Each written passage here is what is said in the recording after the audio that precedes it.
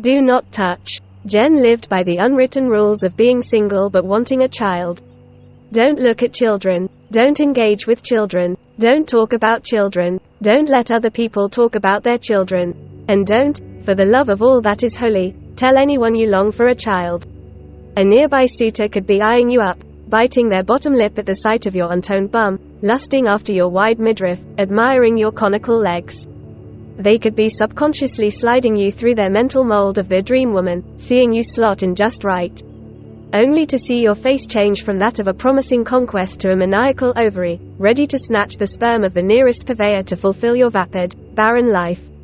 Looking at, engaging with, talking about, or listening to stories about children will, to even the most gullible testicles owner, immediately announce your desperate, ugly yearning like a tannoy in a tin. So it was a treat for Jen to allow herself to sit in front of a beautiful, cherubic baby and gaze in unfettered awe and longing.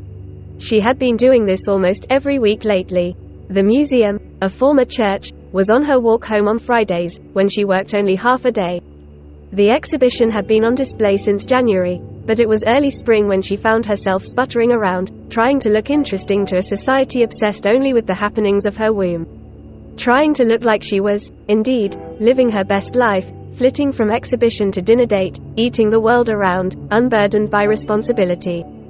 The first day she went to the exhibition, she found her. A mother, the mother. A miracle hewn from marble, nursing her baby beatifically. Stone had given birth, yet she was not. And this statue was a virgin for God's sake.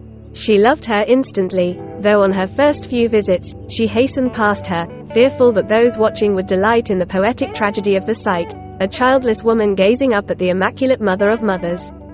Jen's childlessness oozed out of her. It soaked her sheets and rattled her guts. It was a repugnance only she seemed to acknowledge. But she noticed it so solidly for the last 2 years, she had thought of little else. She tried to hide her childlessness from onlookers, mask it from bystanders, but it was in vain. She knew that all who saw her, saw a woman, not a mother. All who saw her, with their modern views and progressive thoughts, forgave her on sight, of course. But the flash of forgiveness was mortifying. She felt it from everyone she encountered. Everyone but him. He was wiry and sort of ugly and smelled of the kind of sports deodorant that reminds everyone of sweat. He looked at the statue, looked at Jen, then back at the statue and screwed his face quizzically. "Is she bumming you out?" he asked with a raspy voice that sounded like an old lady who claims that smoking is what's keeping her alive. "Excuse me," Jen replied after checking her empty peripherals. "Why are you looking at her if she's making you sad?" he asked, with a sense of informality she wasn't used to. "Do I know you?" she asked. "Do we just keep asking each other questions?" he replied, thinking himself very clever. "I'm sorry, can I help you?" she replied, kicking herself for continuing the game she had no interest in playing. He narrowed his eyes and she saw a vague handsomeness somewhere around his jawline. "I'll leave you alone. You looked sad but I didn't think you really were sad, so I was making a joke. But, sorry, I'll leave you to it," he said without a single muscle of his body living up to this promise. "I'm not sad. It's art. It's supposed to make you sad," she said, far too defensively. She felt rumbled. He was a hick. He didn't have the sophistication to forgive her on sight like the others. It reminded her of the time when she, a serious teenager, was asked by a child why her face was all dots. And how the adults comforted the uninjured child but not her. "Is it?" he asked with what seemed like genuine curiosity. "It's art," she repeated knowingly, the upper hand. "I always find the stone ones so creepy. It's because they don't have eyelashes. They should use cat hair or something. Or fake eyelashes," he meandered, seemingly unaware that Jen was winning. "You've lovely eyelashes," Jen said and brought her purse to her mouth hoping to vomit the words into it instead of the ether. "Oh, sorry, I mean people have lovely eyelashes. Not you. You too. But, you know, everyone." He smiled and she fell in love with him momentarily the way she fell in love with everyone with a vas deferens momentarily these days. "They're fake," he said, smiling proudly at his stupid joke.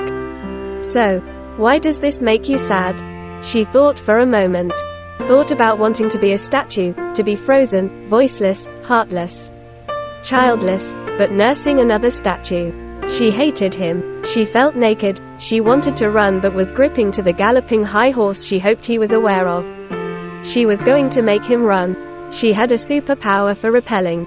"Because I want a baby, and she has one," she said, more quietly and tenderly than she had planned. "Ah," he replied flatly. She waited for him to shuffle his feet, to check his watch, to answer his phone. She could sense him planning his apologetic escape. She felt him admonish himself for his uncouth lack of awareness, for missing the sillage of her childlessness. He seemed to be gathering himself. The years of manners beaten into him flooding to the front of mind, seeking ground after this calamitous misstep. How to politely, stoically, apologetically extricate himself from this hideous interaction. Well, if you think that baby's great, wait until you see the size of the horse some soldier guy has in the next room. "Come on, I'll show you," he replied, his smile softer but warmer. She stood up and they went to look at a marble horse.